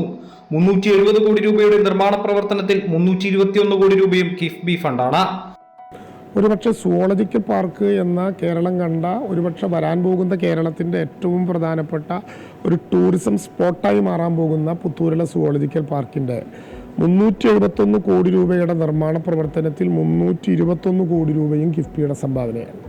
ഇവിടെ സഡ്സിയയുടെ ആളുകൾ വന്ന്, സെൻട്രൽ സൂ അതോറിറ്റിയുടെ ആളുകൾ വന്ന് എങ്ങനെയാണ് ഈ സുവോളജിക്കൽ പാർക്കിന് ഇങ്ങനെ പണം കണ്ടെത്താൻ കഴിയുന്നത് എന്ന ചോദ്യം ഞങ്ങളോട് ചോദിച്ചു. നിങ്ങൾക്കൊരു പ്ലാൻ ഫണ്ടിൽ നിന്ന് ഇത്ര പണം കണ്ടെത്താൻ പറ്റുമോ? ഞങ്ങൾ പറഞ്ഞു പ്ലാനല്ലാതെ മറ്റേത് ഫണ്ട്? കിഫ്ബിയാണ് ആ ഫണ്ടിൻ്റെ പ്രത്യേകത. അവിടെ സുവോളജിക്കൽ പാർക്ക് 371 കോടി രൂപ ചിലവഴിച്ച് 360 ഏക്കറിൽ നിർമ്മാണം തുടങ്ങാനുള്ള ലക്ഷ്യം പലതവണയുണ്ടായിട്ടും സാധൂകരിക്കാതെ പോയത്, സാക്ഷാത്കരിക്കാതെ പോയത് പണമില്ല എന്ന കാരണം കൊണ്ടാണ്. പണമില്ലാത്ത പ്രശ്നത്തിന് കിഫ്ബി മറുപടി പറഞ്ഞു. പുത്തൂർ സുവോളജിക്കൽ പാർക്കിലേക്ക് 15 മീറ്ററിൽ 100 കോടി രൂപ ചിലവഴിച്ച റോഡിന്റെയും പാലത്തിന്റെയും പണി നടന്നുകൊണ്ടിരിക്കുകയാണ്. അതിന്റെ ഫണ്ടും കിഫ്ബി തന്നെയാണ്. അപ്പോൾ അവിടേക്ക് 15 മീറ്ററിൽ 100 കോടി രൂപ ചെലവഴിച്ച് റോഡും പാലവും പണി പൂർത്തീകരിച്ചതും നടന്നുകൊണ്ടിരിക്കുന്നതുമായ വഴികളിലൂടെ കടന്നു പോവുകയാണ്. അതിൻ്റെ പൂർണ്ണമായ ഫണ്ടിങ്ങും കിഫ്ബിയാണ്. പുത്തൂർ ഒരു നഗരമാകുന്നു. നഗരസദൃശ്യമായ അവിടുത്തെ ജനങ്ങളുടെ സാമൂഹ്യ ജീവിതത്തിൻ്റെ സാഹചര്യം മാറുന്നു, സാമ്പത്തിക സോഴ്സുകൾ മാറുന്നു. കിഫ്ബി അതിലേക്ക് നമ്മളെ നയിക്കുകയാണ്. ഇനി സുവോളജിക്കൽ പാർക്കിലേക്ക് എത്തിച്ചേരുന്ന 30 ലക്ഷത്തോളം വരുന്ന മനുഷ്യർക്ക് തങ്ങളുടെ വിലകളെ മൂല്യവർദ്ധിത ഉൽപ്പന്നങ്ങളാക്കി മാറ്റിയും ഭക്ഷണം കൊടുത്തും താമസിപ്പിച്ചും കച്ചവടം നടത്തിയും ഒക്കെ ഒരു ജനതയ്ക്കാകെ വരുമാനത്തിന്റെ പുതിയ സോഴ്സ് കിഫ്ബി ഉണ്ടാക്കി കൊടുത്തു. ഒല്ലൂർ മണ്ഡലത്തിൽ നടത്തറ പാണഞ്ചേരി പഞ്ചായത്തുകളെ ബന്ധിപ്പിക്കുന്ന ശ്രീധരി പാലവും കിഫ്ബി ഫണ്ടിലൂടെ യാഥാർത്ഥ്യമായി. ശ്രീധരി പാലവും എടുത്തു പറയേണ്ട വികസന പ്രവർത്തനങ്ങളിൽ ഒന്നാണ്. പീച്ചി ഡാമും സുവോളജിക്കൽ പാർക്കും ഒക്കെയായി ബന്ധിപ്പിക്കുന്ന പാലം പാശ്ചാത്യ രാജ്യങ്ങളെ അനുസ്മരിപ്പിക്കുന്ന രീതിയിലാണ് പണി പൂർത്തീകരിച്ചത്. ഒരു നാടിന്റെ മുഖച്ഛായ തന്നെ മാറ്റാൻ ശ്രീധരി പാലത്തിനായി എന്നാണ് നാട്ടുകാരും പറയുന്നത്. ഈ പാലം ഇത് പഴയ കാലത്ത് ഒരു ബൈക്കിന് മാത്രം പോകാൻ കഴിയാവുന്ന, 2 പേർക്ക് ഒരുമിച്ച് നടക്കാൻ പോലും കഴിയാത്ത ഒരു ചെറിയ പാലമായിരുന്നു. എന്നാൽ 2016 ഇവിടെ തെരഞ്ഞെടുപ്പ് നടക്കുന്ന കാലത്ത് ഇന്നത്തെ മന്ത്രിയായിരുന്ന അന്നത്തെ സ്ഥാനാർത്ഥി കെ രാജൻ വന്നപ്പോൾ ഈ നാട്ടിലെ ജനങ്ങളാണ് പറഞ്ഞത് അവർക്കൊരു പാലം ഇവിടെ വേണമെന്നുള്ളത്. അപ്പോൾ അത് അദ്ദേഹം ജയിച്ചതിന് ശേഷം ആദ്യത്തെ ബഡ്ജറ്റിൽ തന്നെ അത് ഉൾപ്പെടുത്തി. പിന്നീട് കിഫ്ബി എന്ന പദ്ധതി വന്നപ്പോഴാണ് 10 കോടി രൂപ ഇതിനു വേണ്ടി അനുവദിക്കുകയും അതിൻ്റെ ഭാഗമായി പാലത്തിന് ഇത്ര അധികം തുക ആവശ്യമില്ലാതിൻ്റെ ഭാഗമായി അനുബന്ധ റോഡ് കൂടി എസ്റ്റിമേറ്റ് എടുത്ത് ഏകദേശം 2 കോടി രൂപ കൊടുത്ത് 2.25 കോടി രൂപ കൊടുത്ത് സ്ഥലം ഏറ്റെടുത്തിട്ടാണ് പാലവും ഏനുമന്ത് റോഡും വന്നത്. ഇത് ഈ നാടിൻ്റെ വികസനത്തിന് കാരണം ഇതിലൂടെ സാമൂഹ്യമായും ആളുകളുടെ സാമ്പത്തിക നിലവാരത്തിലും വലിയ മാറ്റം വരുത്താവുന്ന ഒരു വികസനമാണ്. പ്രത്യേകിച്ച് ഈ റോഡ് ചെന്ന് മുട്ടുന്നത് നടത്തറ മുറുക്കിരിക്കര കണ്ണാർ റോഡിലാണ്. ആ റോഡിലൂടെ പോയാൽ നമുക്ക് വലക്കാവ് ചെന്നാൽ പുത്തൂർ സുവോളജിക്കൽ പാർക്കിലേക്ക് ഏറ്റവും എളുപ്പമാർഗ്ഗമാണ്. അടുത്തോട്ട് പോയി കഴിഞ്ഞാൽ പീച്ചി ഡാമിലേക്ക് എത്താം. അപ്പോൾ പുത്തൂർ സുവോളജിക്കൽ പാർക്കിലേക്ക് പാലക്കാട് നിന്ന് വരുന്ന ആളുകൾക്ക് ഹൈവേയിൽ നിന്ന് ഏറ്റവും എളുപ്പമാർഗ്ഗം സുവോളജിക്കൽ പാർക്കിലേക്കും പീച്ചി ഡാമിലേക്കും വരാനുള്ള വലിയൊരു സഹായകരമായ അത് വലിയ വികസനം ഈ പ്രദേശത്ത് കൊണ്ടുവരും. ഈ റോഡിൻ്റെ അറ്റത്താണെങ്കിൽ ഒല്ലൂർ മണ്ഡലത്തിലെ ആർട്സ് കോളേജ് ഇവിടെ വരാൻ പോകണം. ആ ആർട്സ് കോളേജ് കൂടി വന്നു കഴിഞ്ഞാൽ ഈ പ്രദേശത്തിൻ്റെ ജനങ്ങളുടെ ജീവ നിലവാരം വളരെയധികം വർദ്ധിക്കാനായിട്ട് ഗുണം ചെയ്യും. നമ്മുടെ ഈ ശ്രീധരിപ്പാലവും അപ്രോച്ച് റോഡും വന്നത് നമ്മുടെ ജനങ്ങളുടെ ഒരു സ്വപ്ന സാക്ഷാത്കാരമാണ്. മാത്രമല്ല നമ്മളെ ഈ ചാവറാമ്പാടം കൂട്ടാല പ്രദേശത്തെ ബന്ധിപ്പിക്കുന്ന ഒരു പാലവും റോഡും കൂടിയാണ്. പാലം നമുക്കൊരിക്കലും സ്വപ്നം കാണാൻ കഴിയാത്ത ഒരു വലിയ വികസന പദ്ധതി തന്നെയായിരുന്നു ഈ ശ്രീധരി പാലം. കഷ്ടിച്ചൊരു ബൈക്കിന് അങ്ങോട്ട് പോകുമ്പോൾ മറ്റൊരു ബൈക്കിന് ഇങ്ങോട്ട് വരാൻ പറ്റാത്ത അത്രയ്ക്കും വീതി കുറഞ്ഞൊരു തകർച്ചയിൽ നിൽക്കുന്ന ഒരു പാലത്തെയാണ് ഇന്ന് ഇതുപോലെയുള്ള പുത്തൻ സാങ്കേതിക വിദ്യ ഉപയോഗിച്ച് ഈ പാലത്തിൻ്റെയും അതുപോലെ തന്നെ ഇതിനോടനുബന്ധിച്ച് ചവറാമ്പാടത്തിനെയും കൂട്ടാലയും ബന്ധിപ്പിക്കുന്ന തരത്തിൽ നല്ലൊരു BMBC നിലവാരത്തിലുള്ള റോഡ് അപ്രോച്ച് റോഡ് കൂടിയും ഈ പാലത്തിനോടനുബന്ധിച്ച് തന്നെ വന്നതാണ്. അതാണ് ഈ നാടിനെ വലിയ രീതിയിൽ ഈ 2 പ്രദേശങ്ങളുടെ ആളുകളുടെയും അവരുടെ ജീവിത നിലവാരം തന്നെ മാറ്റിമറിക്കാവുന്ന തരത്തിൽ ഈ പാലത്തിന് കഴിയും. അതുപോലെ തന്നെയാണ് പുത്തൂർ സുവോളജിക്കൽ പാർക്കിലേക്ക് പോകുന്ന ഒരു എൻട്രൻസ് കൂടിയായി മാറും ഈ പാലം. വലക്കാവിനെയും ബന്ധിപ്പിച്ച് അതുപോലെ പീച്ചി ഡാം ഇതിലേക്കെല്ലാം പോകാൻ സൗകര്യപ്രദമായ രീതിയിൽ തന്നെയാണ് നമ്മൾ ഈ പാലം ഡിസൈൻ ചെയ്തിട്ടുള്ളതും ഇതിൻ്റെ പ്രവർത്തനങ്ങൾ പുരോഗമിച്ച് ഇപ്പോൾ അത് നാടിന് സമർപ്പിച്ചത്. പാലത്തിനെ കുറിച്ച് പറയാനായിട്ട് ഞാൻ ഈ പാലം ആദ്യം മുതൽ ഉപയോഗിച്ചുകൊണ്ടിരിക്കുന്നത്. കാരണം ഞാൻ ഒരു ബിസിനസ് ചെയ്തിരുന്നു ഇതിനപ്പുറത്തേക്ക് പോയിട്ട്. എൻ്റെ സ്ഥലം കൂട്ടാല തന്നെയാണ്. ഒരു 30 കൊല്ലം ആയി ഞാൻ പെൻഷൻ വന്നിട്ട് ആർമിയിൽ. അത് കഴിഞ്ഞിട്ട് ഞാനൊരു ബിസിനസ് ചെയ്തത് മാന്നാമംഗലം എന്ന് പറഞ്ഞ സ്ഥലത്തേക്കാണ്. ഈ പാലം ഉപയോഗിച്ചുകൊണ്ടാണ് ഞാൻ പോയിരുന്നത്. അന്ന് വളരെ ദുഷ്കരമായൊരു യാത്രയായിരുന്നു. എൻ്റെ കയ്യിലുള്ള ബൈക്കും ഏതാണ്ട് 28 വർഷം പ്രായമുള്ളതാണ്. ഇതിൽ ഞങ്ങൾ കടന്നു പോകുമ്പോൾ മഴക്കാലത്ത് വളരെയധികം ക്ലേശം അനുഭവിച്ചുകൊണ്ടാണ് പോയത്. പല MLA വന്നിരുന്നു എങ്കിലും പലരും പറഞ്ഞു അതൊക്കെ ശരിയാക്കാം എന്നൊക്കെ പറഞ്ഞിരുന്നെങ്കിലും നമ്മുടെ ബഹുമാനപ്പെട്ട ഇപ്പോഴത്തെ മന്ത്രിയായിട്ടുള്ള രാജൻ ചേട്ടൻ എന്ന് വിളിക്കേണ്ട, നിങ്ങൾ പ്രായമില്ല, പക്ഷേ രാജേട്ടൻ എന്നാണ് എല്ലാവരും വിളിക്കുന്നത്. അദ്ദേഹം തന്ന ഉറപ്പാണ് ശരിക്ക് ഈ പാലം ഇപ്പോൾ ഈ രീതിയിൽ കാണുന്നത്. ഇത് വരും തലമുറയ്ക്ക് അവകാശപ്പെടാൻ തീർച്ചയായിട്ടും കഴിയുന്ന ഒരു സംരംഭമായിട്ട് മാറിയിട്ടുണ്ട്. വളരെയധികം സന്തോഷമാണ്. ഇപ്പോൾ ബെൽജിയത്തിൽ നിന്നൊരു ഗ്രൂപ്പ് ഇവിടെ ഉണ്ടായിരുന്നു കഴിഞ്ഞ ആഴ്ച. അവർ വൈകിട്ട് നടക്കാൻ പോയിട്ട് വരുമ്പോൾ പറയണത് അതിമനോഹരമായ റോഡ്, ഇത് യൂറോപ്യൻ സ്റ്റാൻഡേർഡാണ്, ഞങ്ങളുടെ നാട്ടിലെ റോഡുകൾ പോലെ അതിലും മനോഹരമായിട്ടുണ്ട്. ഇത് സമ്മതിക്കാൻ പറ്റില്ല. ഒരു വില്ലേജ് റോഡ്, അതാണ് അവരെടുത്ത് പറഞ്ഞത്. ഒരു ഗ്രാമത്തിലെ ഒരു റോഡിന് ഇത്രയും വലിയൊരു ഒരു എന്താ പറയണ്ടേ സംവിധാനം ഉണ്ടാവുക, അല്ലെങ്കിൽ ഇത്രയും വലിയ നല്ല ഒരു എല്ലാ സൗകര്യമുള്ള ഒരു റോഡ്. സൗകര്യം മാത്രമല്ല, അതിൻ്റേതായ ഒരു ലുക്ക്, അതായത് കാഴ്ചയ്ക്കുള്ള ഭംഗിയും എല്ലാം ഒത്തിണങ്ങിയ ഒരു പാലം ഞങ്ങൾ കേരളത്തിലെ ഒരു ഗ്രാമപ്രദേശത്ത് പ്രതീക്ഷിച്ചതല്ല. അത് ഒരു വലിയ മഹത്തായ കാര്യമാണ്. അത് ആരാവിടെ ഭരിക്കണം ആരായാലും കേരളത്തിൻ്റെ തന്നെ വലിയൊരു അനുഗ്രഹം എന്ന് പറയാതിരിക്കില്ല. ഈ രീതിയിലുള്ള വികസനം ഞങ്ങൾ പ്രതീക്ഷിക്കുന്നു. കേരളത്തിൻ്റെ ഗ്രാമാന്തരങ്ങളിലെല്ലാം തന്നെ ഇത്തരം വികസനങ്ങൾ, അത് അടിസ്ഥാന ജനതയ്ക്കുള്ള വികസനം, അല്ലാണ്ട് ഉന്നതവർഗം മാത്രമല്ല, മുഴുവൻ ജനങ്ങൾക്കും, മുഴുവൻ നാട്ടുകാർക്കും, മുഴുവൻ അടിസ്ഥാന വർഗത്തിനും പ്രയോജനപ്പെടുന്ന ഇത്തരം സംവിധാനങ്ങൾ, അതാണ് ഒരു നാടിൻ്റെ ഐശ്വര്യം. അതവർ ഊന്നിപ്പറഞ്ഞു. അത് ഞങ്ങളെ സംബന്ധിച്ചോളം ഞങ്ങൾക്ക് ഈ പാലത്തെക്കുറിച്ചുള്ള അഭിമാനം ഞാൻ ആദ്യം തന്നെ പറഞ്ഞു. ഞങ്ങൾക്ക് ആഹ്ലാദമുണ്ട്. മനോഹരമായൊരു പാലം. അത് പേരുകൊണ്ട് ഞങ്ങളെങ്ങനെ അതിനകത്തുള്ളത് കൊണ്ട് അതൊരു ആഡഡ് അനുഗ്രഹം, അതായത് കുറെ കൂടി ഉയർന്ന ഒരു അനുഭവം ഞങ്ങൾക്ക് ഉണ്ടെന്നുള്ളത് ഒന്നുകൂടി ആവർത്തിച്ച് പറയാൻ വഴിയാണ്. വികസനം ജനങ്ങളിലേക്ക് എത്തിക്കുന്നതിൽ കിഫ്ബിയുടെ പങ്ക് വലുതാണെന്നും ജില്ലയുടെ മുഖച്ഛായ മാറ്റിയ വികസനമാണ് നടന്നിട്ടുള്ളതെന്നും റവന്യൂ മന്ത്രി കെ രാജൻ പറഞ്ഞു. ശ്രീധരിപ്പാലം നമ്മൾ കണ്ടു, പീച്ചി വാഴാനി കോറിഡോർ കണ്ടു, ഇപ്പം നിർമ്മാണം ആരംഭിച്ചിരിക്കുന്ന നെടുപുഴ പാലം കാണുന്നു, 55,17,00,000 രൂപ നഷ്ടപരിഹാരം നടത്തി ഭൂമി ഏറ്റെടുക്കുന്ന ഒല്ലൂർ ജംഗ്ഷന്റെ വികസനം കാണുന്നു, പീച്ചിയിലിനി ആരംഭിക്കാൻ പോകുന്ന 359 കോടി രൂപയുടെ പുതിയ പദ്ധതി കാണുന്നു, പീച്ചി റോഡിൽ നിന്ന് ആരംഭിച്ച് വിലങ്ങന്നൂർ വഴി കടന്നു പോകുന്ന മലയോര ഹൈവേയുടെ അതിഗംഭീരമായിട്ടുള്ള നിർമ്മാണം കാണുന്നു. ഈ നിയോജക മണ്ഡലത്തിലെ തന്നെ ഏതാണ്ട് എല്ലാ സ്കൂളുകളും കിഫ്ബി കൊടുത്ത പണം ചെലവഴിച്ചുകൊണ്ട് അത്യാധുനിക രീതിയിൽ വികസിപ്പിക്കപ്പെട്ടതിൻ്റെ മാതൃകകൾ കാണുന്നു. നിങ്ങളിപ്പോൾ കടന്നു വഴിയിൽ കണ്ട മണ്ണുത്തി മുതൽ എടക്കുന്നി വരെ പോകുന്ന 2 പ്രധാന പാതകളെ കൂട്ടിയോജിപ്പിക്കുന്ന റോഡ് ഈ പണത്തിൻ്റെ കിഫ്ബിയുടെ സംഭാവനയുടെ ഭാഗമായി കാണുന്നു. കോടികൾ ചെലവിട്ട ജില്ലയിലാകെയുണ്ടായ വികസനം ജനജീവിതത്തിൽ വലിയ മാറ്റങ്ങളാണ് സൃഷ്ടിച്ചിരിക്കുന്നതെന്ന് അദ്ദേഹം കൂട്ടിച്ചേർത്തു.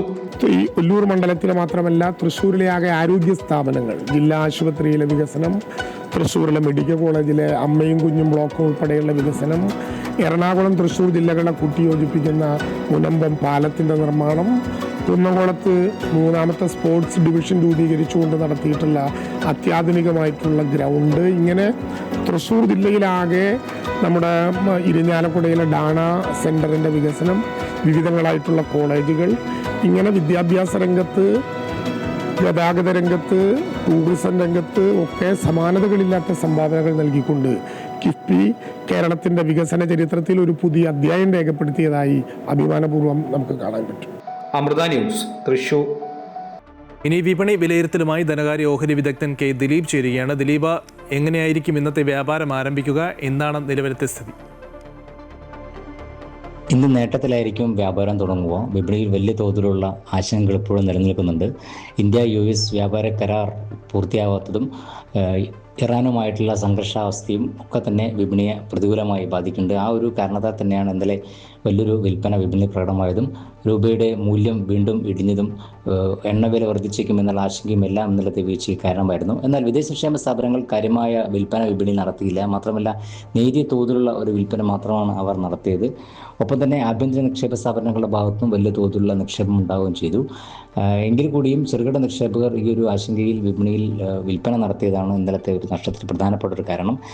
മിക്ക സാങ്കേതിക നിലവാരങ്ങളും ഭേദിച്ചുകൊണ്ടാണ് വിപണിയിൽ ഇന്നലെ വീഴ്ച പ്രകടമായത്. എന്നാൽ അവസാന അരമണിക്കൂറിലുണ്ടായിട്ടൊരു നിക്ഷേപ താല്പര്യം ആ ഒരു നേരിയ നിലവാരത്തിലേക്ക് വിപണി ഉയർത്താനും കഴിഞ്ഞു. എങ്കിൽ കൂടിയും 25,500 എന്ന നിലവാരത്തിന് താഴെ വ്യാപാരം എത്തുന്ന സാഹചര്യമുണ്ടായി. ഇന്നെന്തായാലും ഈ ഒരു കുറഞ്ഞ നിലവാരത്തിൽ നിക്ഷേപകർ വിപണിയിൽ നിക്ഷേപിച്ചു തുടങ്ങുമെന്ന് തന്നെയാണ് കരുതുന്നത്. അപ്പോഴും IT മേഖലയിലുള്ള ആശങ്ക ഇപ്പോഴും തുടരുക തന്നെയാണ്. ഇന്നലെ വീണ്ടും IT ഓഹരി സൂചികയിൽ 1% നഷ്ടം ഉണ്ടാവുകയും ചെയ്തു. ഇത് നോക്കുകയാണെങ്കിൽ കഴിഞ്ഞ ഈ ഒരു മാസത്തിനിടെ IT മേഖലയിൽ ഉണ്ടാകുന്ന നഷ്ടം ഏതാണ്ട് 20% IT ഓഹരികളിൽ പലതും താഴേക്ക് വരുന്നൊരു സാഹചര്യം ഉണ്ടായിട്ടുണ്ട്. വരും ദിവസങ്ങളിലും ആ ഒരു മേഖല ഒരു സമ്മർദ്ദം തുടരും. എങ്കിൽ കൂടിയും ഇനി വിപണി മുന്നോട്ട് നയിക്കുക പ്രധാനമായും ഓട്ടോ മേഖലയും ബാങ്കിങ് മേഖലയുമായിരിക്കും. ഈ 2 മേഖലകളിലും ഒരു നിക്ഷേപ താല്പര്യം തുടരുകയാണെങ്കിൽ തീർച്ചയായും അത് വിപണിയുടെ ഈ ഒരു നിലവാരത്തിൽ പിടിച്ചു നിൽക്കാൻ സഹായിക്കുകയും ചെയ്യും. എന്തായാലും വലിയ തോതിലുള്ള കയറ്റങ്ങൾ ഇന്നും വിപണിയിൽ പ്രതീക്ഷിക്കണം. ഇന്ന് 25,500 എന്ന നിലവാരത്തിന് മുകളിൽ നിലനിന്ന് വ്യാപാരം തുടരുമെന്ന് തന്നെയാണ് കരുതുന്നത്. ആ രീതിയിലുള്ള നീക്കമാണ് വിപണിയിൽ പ്രതീക്ഷിക്കുന്നത്. എന്തായാലും നേട്ടത്തിലായിരിക്കും ഇന്ന് വ്യാപാരം തുടങ്ങുക. ശരി, അതാണ് വിപണിയുമായി ബന്ധപ്പെട്ടുള്ള കാര്യം. ഇപ്പോൾ മന്ത്രി മുഹമ്മദ് റിയാസ് കോഴിക്കോട് വലിയങ്ങാടിയിൽ അപകടം സന്ദർശിച്ച സ്ഥലം സന്ദർശിച്ച ശേഷം മാധ്യമങ്ങളെ കാണുകയാണ്. അതിൻ്റെ സ്ട്രക്ചറൽ സ്റ്റെബിലിറ്റി കോർപ്പറേഷൻ എഞ്ചിനീയറിംഗ് വിഭാഗം പരിശോധിച്ചിട്ടുണ്ടോ? പരിശോധിച്ചതിൽ ഏതെങ്കിലും ഉദ്യോഗസ്ഥർ കണ്ണടച്ചിട്ടുണ്ടോ? അതൊക്കെ തന്നെ ഗൗരവമായ അന്വേഷണം വിധേയമാക്കേണ്ടതുണ്ട്. അതാണ് സർക്കാരിൻ്റെ നിലപാട്. അത്തരം നിലപാട് സ്വീകരിച്ച ഉദ്യോഗസ്ഥരുണ്ടെങ്കിൽ അവർക്കെതിരെ അതിശക്തമായ നിലപാട് സ്വീകരിക്കണം. ഒരാളെയും വെറുതെ വിടാൻ പാടില്ല. അതോടൊപ്പം നിലവിൽ കോഴിക്കോട് നഗരത്തിൽ കെട്ടിടങ്ങളുടെ സ്ട്രക്ചറൽ സ്റ്റെബിലിറ്റി ഗൗരവമായി കോർപ്പറേഷൻ പരിശോധിക്കേണ്ടതുണ്ട്. അത് മേയറോട് സംസാരിച്ചിട്ടുണ്ട്. മേയർ അതിൻ്റെ പ്രവർത്തനം ആരംഭിച്ചു എന്നാണ് അദ്ദേഹം പറഞ്ഞിട്ടുള്ളത്. ഒരു വിട്ടുവീഴ്ച ഇത്തരം കാര്യങ്ങൾ ചെയ്യാൻ വേണ്ടി പാടില്ല. ഇതെല്ലാവരും ചേർന്നുകൊണ്ട് ചെയ്യേണ്ട കാര്യമാണ്. എല്ലാവരും ചേർന്ന് നിൽക്കണം. കുറ്റക്കാരാരാണോ അവർക്കെതിരെ അന്വേഷണം നടത്തി ശക്തമായ നിലപാട് സ്വീകരിക്കണം. എന്നാൽ മേലിൽ ഇത് ആവർത്തിക്കാതിരിക്കാൻ എല്ലാവരും ഒത്തുചേർന്നുകൊണ്ട്, അത് എല്ലാ രാഷ്ട്രീയ പാർട്ടികളും എല്ലാ സംഘടനകളും എല്ലാവരും ഒത്തുചേർന്നുകൊണ്ട് നിയമം നടപ്പിലാക്കണം. നിയമം നടപ്പിലാക്കാൻ വിട്ടുവീഴ്ച ചെയ്യുന്ന ഏത് ഉദ്യോഗസ്ഥനായാലും മുഖം നോക്കാതെ നടപടി സ്വീകരിക്കണം. ഇതാണ് പൊതുവെ പറയാനുള്ളത്. 2024 തന്നെ ഈ കെട്ടിടത്തിന് ബലക്ഷയമുണ്ടെന്ന് കണ്ടെത്തിയിരുന്നു. ആർക്കെങ്കിലും തെറ്റ് പറ്റിയിട്ടുണ്ടെങ്കിൽ അല്ലെങ്കിൽ നിയമവിരുദ്ധമായ എന്തെങ്കിലും പ്രവർത്തനം നടത്തിയിട്ടുണ്ടെങ്കിൽ കർശന ഇടപെടൽ ഉണ്ടാകുമെന്നാണ് മന്ത്രി മുഹമ്മദ് റിയാസ് ഇപ്പോൾ വ്യക്തമാക്കിയത്. നാളെ ഇടുക്കി ജില്ലയിൽ നടത്താൻ പോകുന്ന ജില്ലാതല പട്ടയമേളയെ ചൊല്ലി വിവാദം. CHR പ്രദേശത്ത് പട്ടയം നൽകരുത് എന്ന സുപ്രീം കോടതി വിധി നിലനിൽക്കെ നടത്തുന്ന പട്ടയമേള തട്ടിപ്പാണെന്ന് UDF ആരോപിക്കുന്നു. എന്നാൽ UDFും ചില ഉദ്യോഗസ്ഥരും ചേർന്ന് പട്ടയ വിതരണം അട്ടിമറിക്കാൻ ശ്രമിക്കുന്നു എന്നാണ് ഇടതു നേതാക്കളുടെ ആരോപണം. ഫെബ്രുവരി 26 നടത്തുന്ന ഇടുക്കി ജില്ലാതല പട്ടയമേളയിൽ 6000 പട്ടയങ്ങൾ വിതരണം ചെയ്യാനാണ് ജില്ലാ ഭരണകൂടത്തിന്റെ തീരുമാനം. രണ്ടാം പിണറായി സർക്കാരിന്റെ കാലത്ത് ഇതുവരെ 8518 പട്ടയങ്ങൾ വിതരണം ചെയ്തു. CHR മേഖലയിൽ പട്ടയം നൽകുന്നത് 2024 ഒക്ടോബർ 24 സുപ്രീം കോടതി തടഞ്ഞിരുന്നു. ഈ ഉത്തരവ് നിലനിൽക്കെ ഇപ്പോൾ നടത്തുന്ന പട്ടയമേള പ്രഹസനമാണെന്ന് UDF ആരോപിക്കുന്നു. എങ്ങനെ പട്ടയം കൊടുക്കാനാണ്? CHRൽ 993 റൂളിനനുസരിച്ച് പട്ടയം കൊടുക്കുമെന്നാണ് പറയുന്നത്. 2024 സുപ്രീം കോടതിയിലെ വിധിയിൽ പറഞ്ഞിട്ടുണ്ട് CHRൽ യാതൊരു കാരണവശാലും പട്ടയം കൊടുക്കാൻ പാടില്ല എന്ന് പറഞ്ഞ് പട്ടയ നടപടി സ്റ്റേ ചെയ്ത് നിൽക്കുകയാണ്. 1980 കേന്ദ്ര വനസംരക്ഷണ നിയമപ്രകാരം കേന്ദ്ര സർക്കാരിന്റെ മുൻകൂർ അനുമതി ലഭിച്ച ഭൂമിക്ക് പട്ടയം നൽകാൻ തടസ്സമില്ലെന്നാണ് LDF നേതാക്കളുടെ വാദം.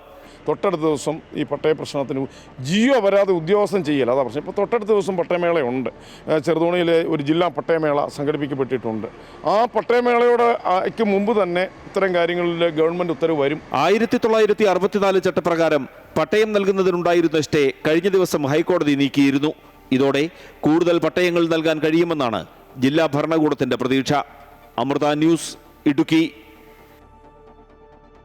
ഏറ്റുമാനൂർ മഹാദേവ ക്ഷേത്രത്തിലെ ചരിത്ര പ്രസിദ്ധമായ ഏഴര പൊന്നാന ദർശനം ഇന്ന് നടക്കും. രാത്രി 12-നാണ് ഏഴര പൊന്നാന ദർശനം. ക്ഷേത്ര ഗോപുരത്തിനുള്ളിലെ പ്രത്യേക ആസ്ഥാന മണ്ഡപത്തിൽ പ്രതിഷ്ഠിക്കുന്ന മഹാദേവന്റെ തിടമ്പന് ഇരുവശങ്ങളിലുമായിട്ടാണ് പൊന്നാനകളെ അണിനിരത്തുന്നത്. മുന്നിൽ അരയാനയെയും ദർശനത്തിനായി പ്രതിഷ്ഠിക്കും. രാത്രി 11:30 ശ്രീകോവിലിൽ നിന്നും ആസ്ഥാന മണ്ഡപത്തിലേക്ക് മഹാദേവന്റെ തിടമ്പ് എഴുന്നള്ളിക്കുന്നതോടെയാണ് ഏഴര പൊന്നാന ദർശനത്തിനുള്ള ഒരുക്കങ്ങൾ ആരംഭിക്കുന്നത്. 12 മണിക്ക് ആസ്ഥാന മണ്ഡപത്തിന്റെ നട തുറക്കും. ചെങ്ങന്നൂർ പൊന്നുരുട്ട മഠത്തിലെ പ്രതിനിധി മണ്ഡപത്തിന് മുന്നിലെ പൊന്നിൻ കുടത്തിൽ ആദ്യ കാണിക്ക സമർപ്പിക്കും. തുടർന്ന് ഭക്തജനങ്ങളും കാണിക്ക സമർപ്പിക്കും. പുലർച്ചെ 2 വരെ ഏഴര പൊന്നാന എഴുന്നള്ളത്ത് നടക്കും. ഇടുക്കിയെയും ഇവിടുത്തെ എഴുത്തുകാരെയും അടുത്തറിയാൻ ഇടുക്കി ഷെൽഫ് എന്ന പേരിൽ പുസ്തകശേഖരം ഒരുക്കിയിരിക്കുകയാണ് കല്ലാർ ഗവൺമെൻറ് ഹയർ സെക്കൻഡറി സ്കൂളിലെ NSS യൂണിറ്റ്. ഇടുക്കിയിലെ 70ഓളം എഴുത്തുകാരുടെ 100-ലധികം പുസ്തകങ്ങളാണ് ഈ ശേഖരത്തിലുള്ളത്. കുടിയേറ്റ കർഷകരുടെ പ്രിയപ്പെട്ട മണ്ണായ ഇടുക്കിയിൽ ഇന്ന് 100 കണക്കിന് എഴുത്തുകാരുണ്ട്. എന്നാൽ പുതുതലമുറയിൽപ്പെട്ട ഭൂരിഭാഗം ആളുകൾക്കും ഈ എഴുത്തുകാരെക്കുറിച്ച് യാതൊരു ധാരണയുമില്ല.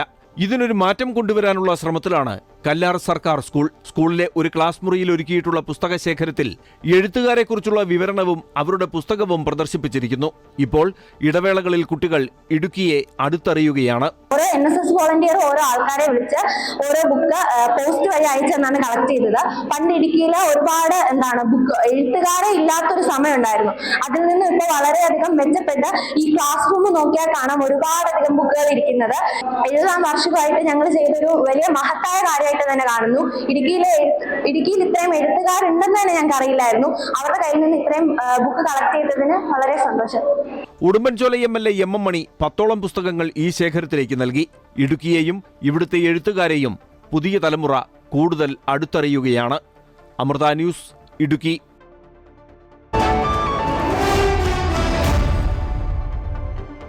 T20 ലോകകപ്പിലെ നിർണായക സൂപ്പർ 8 പോരാട്ടത്തിൽ പാകിസ്ഥാന് 2 വിക്കറ്റിന് തകർത്ത് ഇംഗ്ലണ്ട് സെമിയിലെത്തുന്ന ആദ്യ ടീമാണ് ഇംഗ്ലണ്ട്. അതേസമയം ഇന്ന് നടക്കുന്ന മത്സരത്തിൽ ശ്രീലങ്ക ന്യൂസിലൻഡിനെ നേരിടും. ഇന്ത്യ സിംബാബ്വെ മത്സരം നാളെ നടക്കും.